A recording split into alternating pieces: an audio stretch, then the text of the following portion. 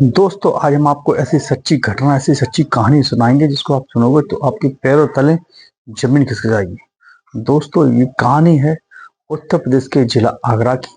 और आगरा के जिला में एक तहसील पड़ती है बहा।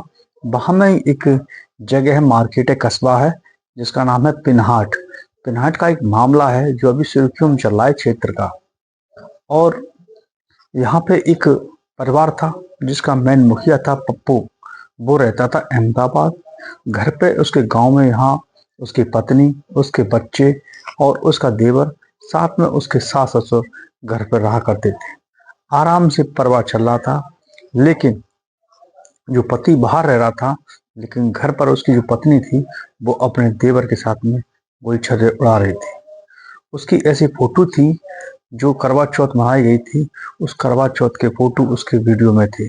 उसके साथ में ऐसी होली की वीडियो भी थी जो देवर भाभी होली खेल रहे थे, तो उसमें ऐसे शारीरिक मिलन के फोटो भी डले थे जिसको देख के कोई भी देखे तो उसको अचंभित रह जाए कि ऐसे तरीके से उसमें फोटो थे जो एक पति पत्नी के फोटो होते, उस तरीके से उसमें फोटो पड़े हुए थे। तो दोस्तों, तो उनके ऐसे संबंध थे जैसे कि वो देवर भाभी नहीं, एक पति पत्नी का तरीके से उस परिवार में रहते थे। लेकिन जो उसका मेन पति था वो बाहर नौकरी करता था। अब ये पुलिस के पास जब इनकी कहानी पहुंचती है तो पुलिस 2 दिन तो चक्कर में फंस जाती है। तो जब चक्कर में फंस जाती है तो उनका फोन पुलिस के हाथ लग जाता है।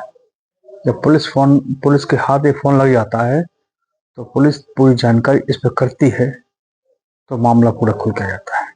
दोस्तों, ये पूरी घटना कैसे घटी और पुलिस के पास वो मोबाइल कैसे पहुंचा, जो इनकी इनके आपस की चैट और अतरंग जो वीडियो थे वो पुलिस के पास कैसे पहुंचे, देखिए पूरा वीडियो अंत तक। अगर आपने चैनल को सब्सक्राइब नहीं किया तो चैनल को सब्सक्राइब अवश्य करें, और लाइक नहीं किया तो वीडियो लाइक करके अवश्य जाए, अच्छा लगे तो आगे शेयर भी करें।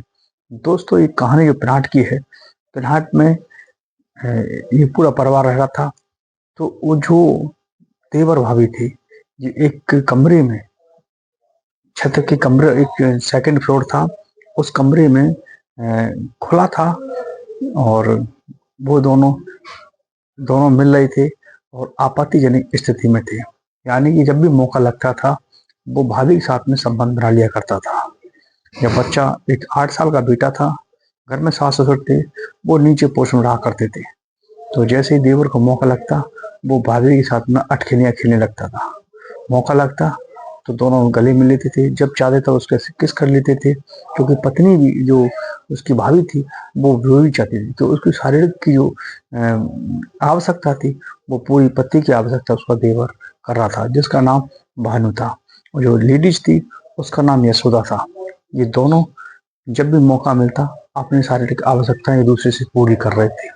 लेकिन इसी बीच इन लोगों ने अपनी इस अवैध संबंध को छिपाने के लिए इनके हाथ से बहुत बड़ा हत्याकांड हो जाता है।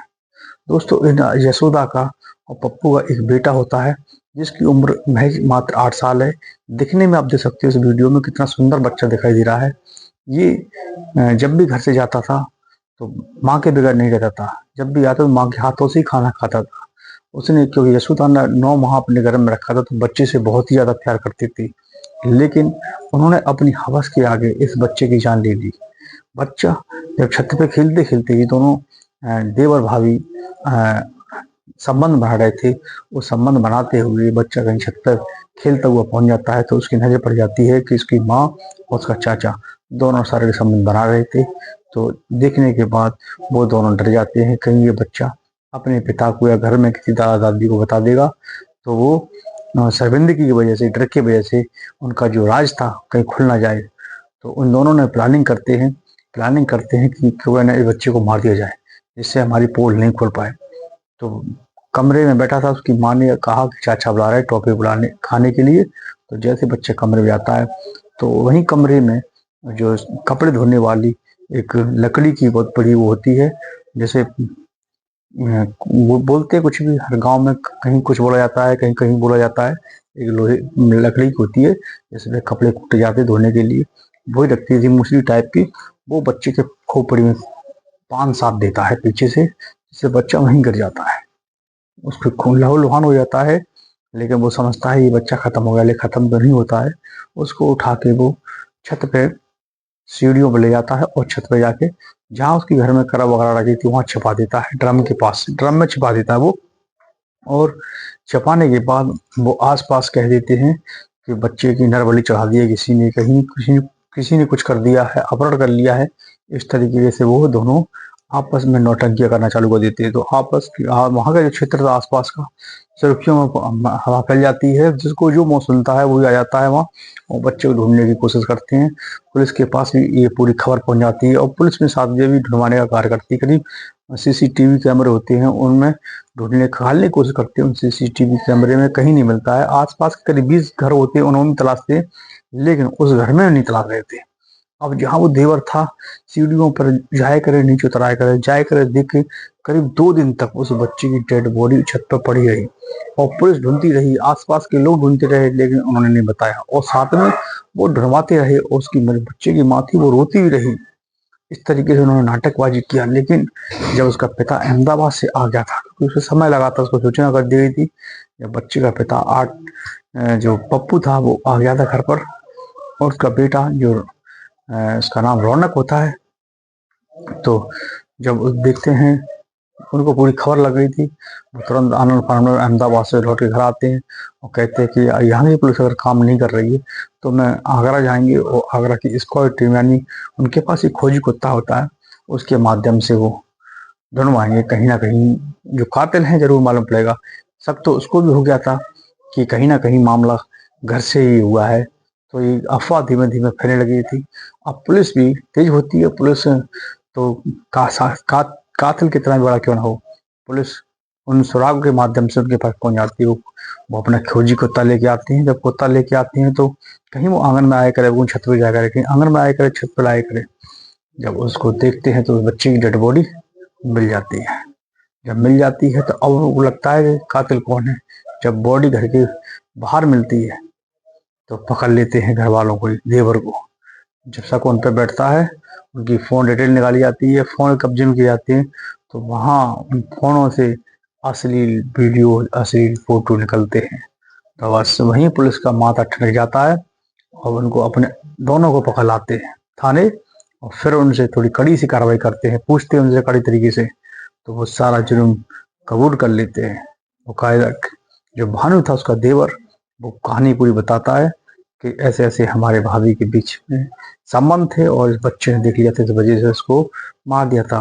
उनकी प्लानिंग थी कि बच्चे को यहाँ से ले जाएं और चंबल में फेंक दें, लेकिन उन्होंने रात में बोरे में भरकर उसको नीचे फेंकने की कोशिश की, लेकिन गली मोहल्ले के लोग जाग गए थे। इस वजह से 4 बजे वहीं उसको छोड़ दिया और फिर मौका नहीं लग पाया फेंकने का, नहीं तो मालूम नहीं पड़ती। लेकिन पुलिस थी, पुलिस बारीकी बारीकी चीजें, फॉरेंसिक टीम होती है, वो चेक कर रही थी।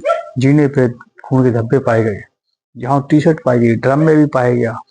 तो इस तरीके से वहां पर इन दोनों माँ और देवर को पकड़ा गया। इस मासूम बेटे की जान उस अपनी हवस को पूरा करने, छिपाने की वजह से, अपने संबंधों को छिपाने की वजह से उस बच्चे की हत्या कर दी। पूरा क्षेत्र उस माँ को, जो माता होती है, माता कुमाता बन गई, एक माँ के नाम पर धब्बा बन गई।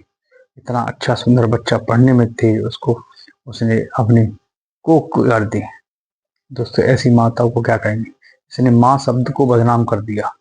पूरा बिहार क्षेत्र जो है जहाँ पर ऐसा कांड हुआ, वहाँ के आसपास के लोग उस पर थू थू कर रहे। वो अपने इच्छा छिपाने के लिए बच्चे की जान तक ले ली उसने। तो आज की डेट में उनका पूरा परिवार बिखर गया। अब देवर भाभी थे, वो जाएंगे जेल, उन पर जो मुकदमा लगा है वो मुकदमे में जाएंगे। बच्चा भी चला गया, अब बेचारा पति है, उसके बूढ़े माँ बाप हैं, वो रहेंगे। यानी कि एक गलती की वजह से पूरा परिवार। लेकिन एक चीज है, जो बुरा कर्म करता है उसका बुरा ही नतीजा होता है। इस कहानी को बताने का और इसका जो आपको हम एक मैसेज इस कहानी से जाता है कि लोग ऐसी जो घटनाएं करते हैं चोरी छिपे से, उनसे सावधान रहें। आप कितने भी चातुर चालाक हो, कहीं ना कहीं आप फंसते हो। जब आप करोगे तो ऊपर वाला सजा देता है। इसलिए सतर्क रहें और सावधान रहें और ऐसी गलत कार्यों से बचें। देखते रहें जयपुर टाइम्स को और सब्सक्राइब अवश्य करें और पूरा वीडियो देखा करें। अच्छा लगे तो आगे शेयर भी किया करें। कल फिर मिलते